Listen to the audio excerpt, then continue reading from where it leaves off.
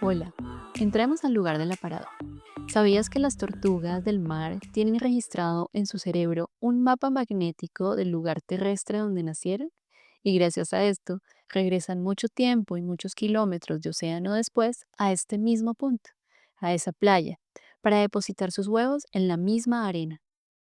Así que mientras los humanos olvidamos el lugar donde nacimos y lo destruimos, las tortugas vuelven para dar allí vida, donde todo comenzó. Hablar de este tema de hoy bien puede verse como un cliché, como una exagerada preocupación sin evidencia o como un discurso un poco mamerto. Sin embargo, quiero justo reflexionar sobre esto porque creo que la crisis ecológica no es tan ambiental, creo que es muy psicológica y cultural, y ahí la paradoja me ha reclamado su lugar. Entonces empezaré imaginando primero que debes pensar que esta relacionitis entre psicología, arte y medio ambiente no tiene pies ni cabeza, pero quiero mostrarte que de pronto no es tan así. En primer lugar, analicémoslo desde lo individual. El cerebro humano está diseñado para la inmediatez y el beneficio propio a corto plazo. Esto significa que podemos sobrevivir con mayor tranquilidad y eficiencia, pues es un cerebro que ahorra energía y trabajo. Es decir, si es fácil, inmediato y pinta bien, pues ¿para qué sobrepensarlo? Funciona, punto, sobrevivimos. Y sí, puede ser efectivo a primera vista, pero dificulta la empatía ecológica y la acción colectiva. Y ahí cambia todo el asunto, porque sabemos que como humanos no sobrevivimos solos, es decir, somos comunidad que se cuida, se sostiene y sobre todo trabaja conjuntamente por un objetivo más grande que nos mantiene con vida. Somos por conveniencia una manada, básicamente, aunque es más que eso. Entonces, nuestro cerebro puede ver las evidencias y comprender racionalmente un problema global, pero no sentirlo como propio y por tanto no hacer mucho. El cerebro humano parece estar diseñado para responder a lo concreto, a lo emocionalmente significativo e inmediato. Cuando un problema se percibe como distante en el tiempo, en el espacio o en la identidad, se procesa como irrelevante o abstracto. Es decir, sin ir tan lejos, tu médico te puede decir, de hoy en adelante no puedes comer más grasoso o con azúcares, pues tu colesterol está muy alto y tus índices de glucosa también, y podrías desarrollar una diabetes o una enfermedad cardiovascular. Pero sabemos que si no sientes síntomas muy evidentes o una amenaza a tu visión o una inminente posibilidad de un infarto, tu respuesta mental puede ser algo así como, de algo me tengo que morir. Qué exagerado. Esta semana además trabajé duro. Me merezco un postrecito y una hamburguesa doble. Y tal vez pasarla con unos traguitos. Esto no es de todos los días. Es decir, el típico esto no es conmigo.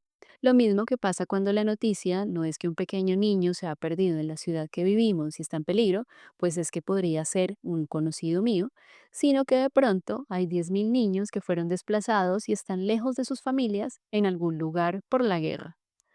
Ah, esto no es conmigo.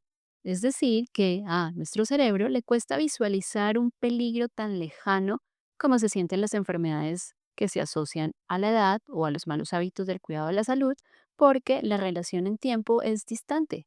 O un peligro tan ajeno como se siente la estadística de muchos niños en una situación complicada porque no tienen un rostro, una historia, un nombre. Es solo un número, una masa. Y qué curioso, porque uno pensaría que a mayor cantidad de personas en tragedia, mayor compasión. Pero la verdad es que no funcionamos así, porque no vemos una prueba directa, no se experimenta la dificultad o no hay una víctima visible y por tanto consecuencias inmediatas que activen nuestra amígdala, encargada de disparar nuestra respuesta ante la amenaza o la urgencia emocional, o la ínsula, que activa nuestro sentido de asco, empatía y compasión. Y entonces nuestra corteza prefrontal, encargada de inhibir, tolerar frustración o planear, no prioriza esta información. Entonces no nos detiene y hacemos lo que se nos da la gana sin pensar en consecuencias, pues es que en verdad no logramos visualizarlas. Es decir, Sabemos que hay acciones individuales y colectivas que ponen en riesgo nuestro planeta, por ejemplo, pero no se siente así porque no nos duele. ¿O a ti te duele el bosque? ¿O en dónde me sangra a mí el mar? Paul Slovic lo llama entumecimiento psíquico, porque no estamos diseñados, al parecer, para la compasión a multitudes ni la compasión a las abstracciones, como el ecosistema, la generación futura. Piénsalo, entre más cercano es a ti alguien o más parecido y familiar se te hace la persona o la situación, más fácil es que generes empatía, intereses o hasta te movilices por ayudar. Pero si es muy distinto a ti o a tu experiencia, a tus valores, es más difícil, ¿o no? Una sola muerte es una tragedia, pero 1 millón es una estadística. Y no, no es que no lo entendamos, lo entendemos y hasta nos conduele, pero el sistema límbico se desconecta y predomina la corteza prefrontal, más racional y distante, generando una ilusión de comprensión, ese típico, lo sé, pero sin movilización de los afectos, de las emociones. Si no sentimos el daño, el cerebro no lo marca como importante. Ahora bien, es claro que si no lográramos la comprensión de los eventos desafortunados, los peligros, o no pudiéramos postergar, planear, trabajar disciplinadamente visualizando el resultado, pues la humanidad no habría llegado a ningún lado. Es más, ni siquiera llegaríamos a la adultez. Todo nuestro entramado cultural, científico, técnico, la realidad en que vivimos como humanidad es gracias a este aprendizaje. Entonces sí, es un cerebro capaz de hacerlo, pero ¿cómo lo logra? Pasando por un desarrollo a nivel cerebral. Y esto es lo que me preocupa y me da pie a retomar mi idea inicial. Ya había advertido que pienso que estamos ante una crisis psicológica y cultural, además de medioambiental. Y verás, lo que pasa es que desde autores como Kohlberg, que habla de las etapas del desarrollo moral, y retomando ideas de la neuropsicología moderna, desde Damasio, Greene, Haidt, podemos decir que el paso del juicio moral básico, es decir, el del niño pequeño, ese juicio un poco más egocéntrico, al juicio ético universal, requiere dos pasos fundamentales que nuestro mundo de hoy está entorpeciendo, casi que dañando significativamente. ¿Cuál mundo? El de la IA, el de la adicción a las pantallas, el de la eterna juventud y perfección plasmada en una edición fotográfica, el de la belleza y el éxito sin trabajo duro, sin estudios, sin disciplina, sin esfuerzo. ¿Y cuáles dos procesos? El primero, la maduración de la corteza prefrontal medial y del córtex orbitofrontal, que en resumen, muy resumido, se encargan de la autorregulación y, entre otras, poder tener perspectiva y prospección, es decir, mirar para adelante, qué pasará en el futuro. El segundo, la integración con el sistema límbico, amígdala e ínsula, las que ya te hablé, para poder asociar la emoción con la razón. Cuando estos procesos fallan, no maduran o no se integran por causas, por ejemplo, como la pérdida de la capacidad de la atención, el estrés que causa además de problemas de atención, también dificultades de memoria, entre otras, por causas como la adicción o por una cultura centrada en lo inmediato, en la gratificación, ya, el juicio moral se vuelve instrumental, es decir, cuidamos solo lo que nos beneficia a cada uno de nosotros a corto plazo. Y de ahí nuestra crisis psicológica y social. La atención es un proceso neuropsicológico que filtra lo relevante para la supervivencia. En sociedades hiperestimuladas, la atención selectiva se centra en lo inmediato, pantallas, productividad, urgencias personales, y desatiende los estímulos naturales, los estímulos lentos, porque se nos olvida que todo en la vida es lento, hasta el amor. Entonces, el priorizar la atención en nosotros, nuestra imagen y este yo, hace que no percibamos al entorno como una tarea, sino más bien como un ruido de fondo. Kaplan demuestra que los entornos naturales restauran la atención porque involucran la fascinación suave. Qué lindo concepto. Este reconectar con nosotros que se da solo al conectarnos con el entorno. Preocuparnos por nuestro planeta o por tragedias ajenas, esa preocupación es una decisión ética asociada a nuestros neurocircuitos y depende del equilibrio dinámico entre la emoción y la razón. Entonces, si domina la emoción, hay reacción impulsiva o culpa, pero nada de acción. Si domina la razón, hay análisis, pero sin empatía. El punto de equilibrio está donde emoción y razón se integran para guiar decisiones pro-sociales. Si bien los estudiosos como Greene respaldan que la moral evolutiva del cerebro parece estar diseñada para proteger nuestro grupito y no al planeta, también respaldan que la ética ecológica puede aparecer si se exige ampliar esta red de empatía más allá de los límites de la manada o de la tribu, porque podemos matarnos explicando o tratando de entender todo esto, y la verdad es que no está tan fácil.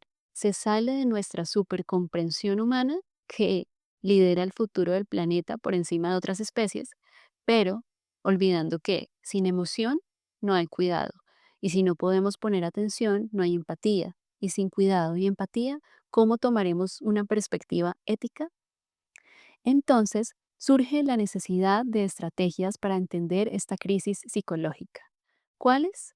Por ejemplo, las que tanto están en boga en algunas burbujas de nuestra sociedad: una educación emocional, ecológica, prácticas atencionales como el mindfulness, la contemplación del entorno, que nos sirve para entrenar el cerebro, mejorar nuestra salud, que no se nos atrofie la capacidad atencional por esta ola de inmediatez y de avances tecnológicos, pero también para que se reactive la percepción abstracta del ecosistema y no solo del grupo pequeño. Y claro, otra estrategia más, mi favorita, que si me conoces sabes a dónde voy: el arte, la estética. ¿Cómo? De dos maneras. Una, como vía de reconexión sensorial con la naturaleza. La otra, como un lenguaje que nos brinde la experiencia emocional significativa necesaria para no solo racionalizar lo que pasa, sino también llamarnos a emocionarnos y accionar sobre lo que pensamos. Por eso te voy a hablar de varias cuestiones en cuanto al arte y este tema. Primero, el ecoarte o arte ecológico, que es básicamente una práctica artística que tiene una doble intención.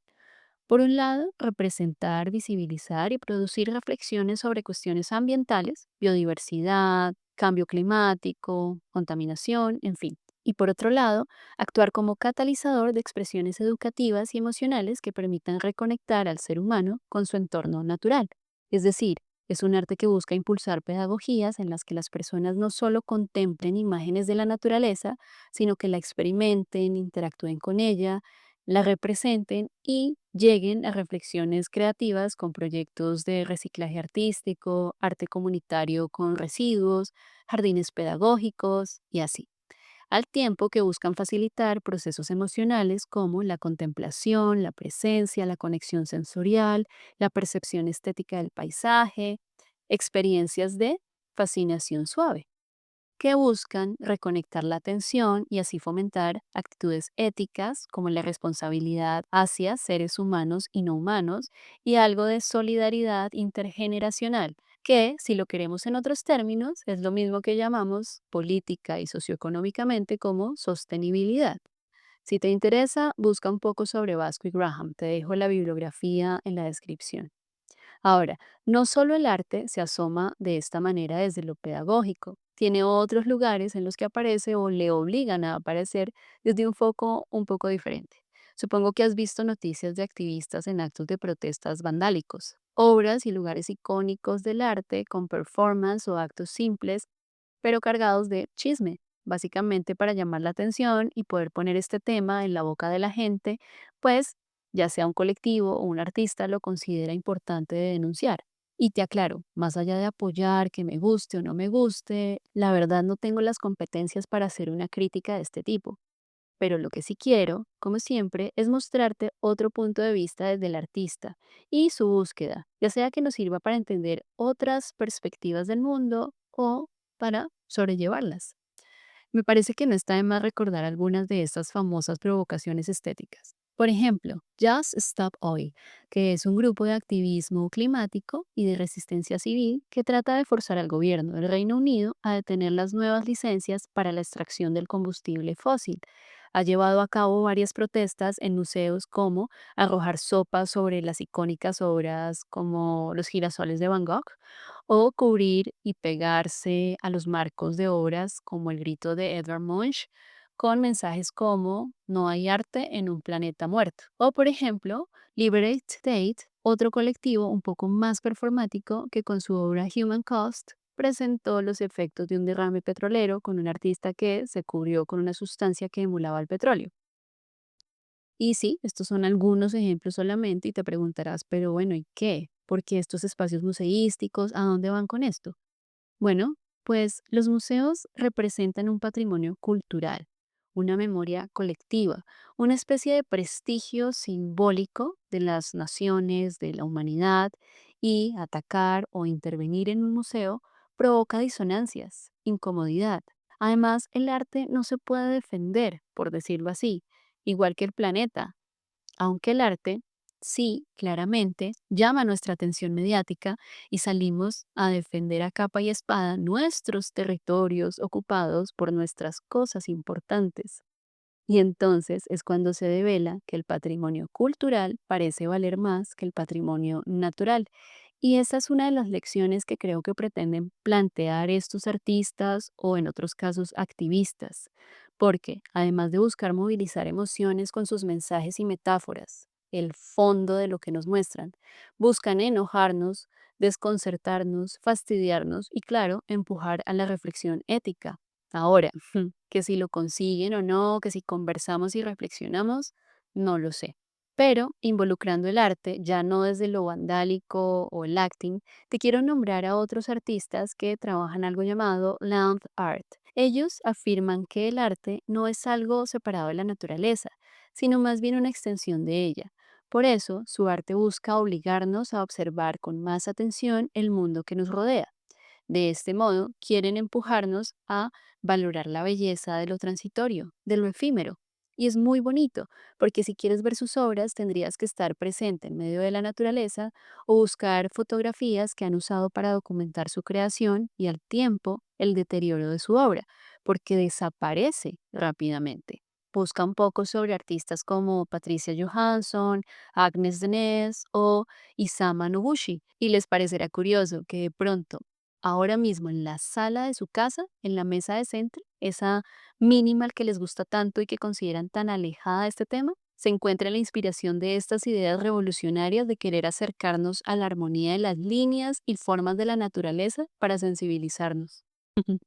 Y es curioso, todas las vueltas que da el arte para hacerse una estrategia e intentar recordarnos lo obvio. Ya lo decía Heidegger, el ser humano ha olvidado su modo esencial de habitar. No somos dueños del mundo, sino pastores del ser. Para él esta palabra habitar no traduce en el sentido de ocupar un espacio físico, de acaparar para nosotros el espacio-tiempo, sino de cuidar y dejar que las cosas sean en su propio modo de existir. No obstante, este concepto hoy por hoy no logramos aprenderlo porque es tanto el dominio técnico, industrial, virtual que tenemos del mundo, de la vida, que convertimos todo, incluyendo la naturaleza y a nosotros mismos, en un recurso disponible.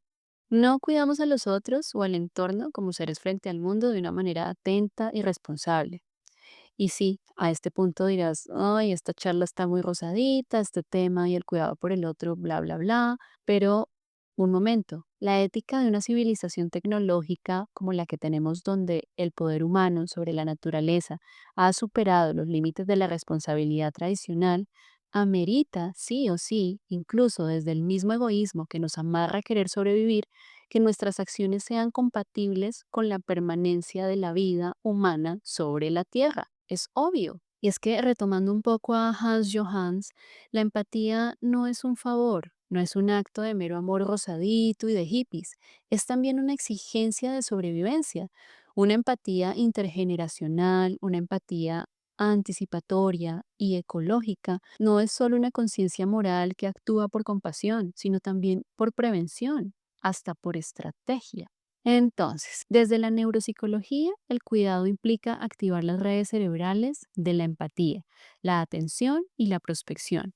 Sin esa visualización abstracta del futuro y la empatía por el daño que hacemos a otras formas de vida, no hay manera de que prestemos el mínimo de atención a esta cuestión. Desde la filosofía, atender a esto es una forma de habitar éticamente el mundo. Y si para muchos lo ético no es importante o no se sale de lo humano, no sé cómo vamos a sobrevivir como sociedad.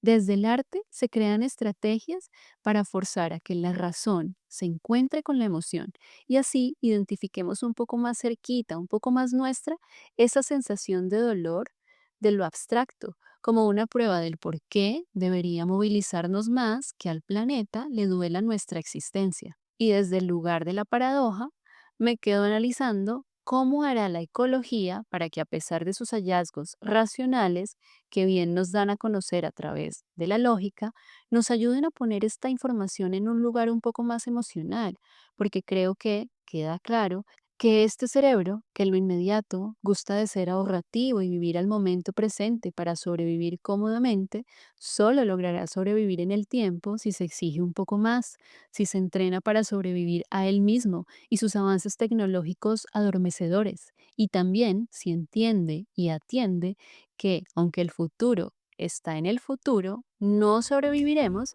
si posponemos tanto ese futuro. La paradoja de hoy está en su lugar. Gracias por acompañarme.